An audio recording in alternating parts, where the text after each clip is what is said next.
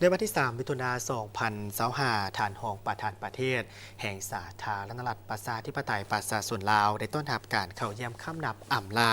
ของทานเอกอัครราชทูตแห่งสาธารณรัฐอาหรับอียิปต์ประจำลาวในโอกาสนี้ท่านนางปานิยาทอตู้ของประธานประเทศได้แสดงความต้อนรับสมเสยต่อท่านนางอาหมออัฟเดลไนคาเดอร์แอลมอซีซารามาเอกอัครราชทูตแห่งสาธารณรัฐอาหรับอียิปต์ประจำสาธารณรัฐประชาธิปไตยประชาชนลาวที่มีสำนักงานสถานเอกอัครราชทูตตั้งอยู่ฮานอย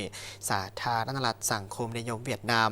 ที่สำเร็จการปฏิบัติหน้าที่เวียกงานทางการทูตประจำลาวในครั้งนี้ตลอดระยะของการปฏิบัติหน้าที่เวียกงานทางการทูตท่านได้เอาใจใส่อย่างตั้งหน้าเขาในการประกอบส่วนเสริมขยายสายพพันธมิตรภาพการร่วมมือและช่วยเหลือซึ่งกันและกันระหว่างสาธารณรัฐประชาธิปไตยประชาชนลาวและสาธารณรัฐอาหรับอียิปต์ที่มีมูลเสื้อมาแต่โดนนานแล้วนั้นให้ดับมือดับแตกดอกออกผลยิ่งขึ้น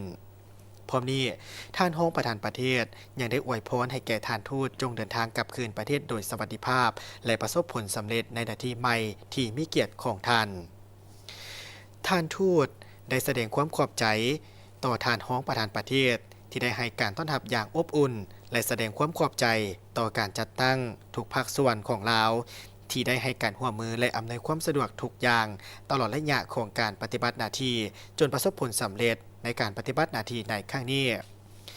สาธารณรัฐประชาธิปไตยประชาชนลาวและสาธารณรัฐอาหรับอียิปต์ได้สั่งตั้งสายประพันธ์การทูตน้ำกันนับตั้งแต่ปี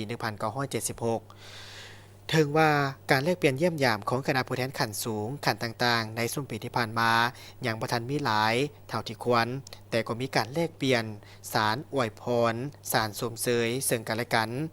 ผ่านมาอียิปต์เคยให้การช่วยเหลือพัฒนาทรัพยากรมนุษย์ซึ่งในปี 2013 ที่ผ่านมามีคนลาวไปศึกษา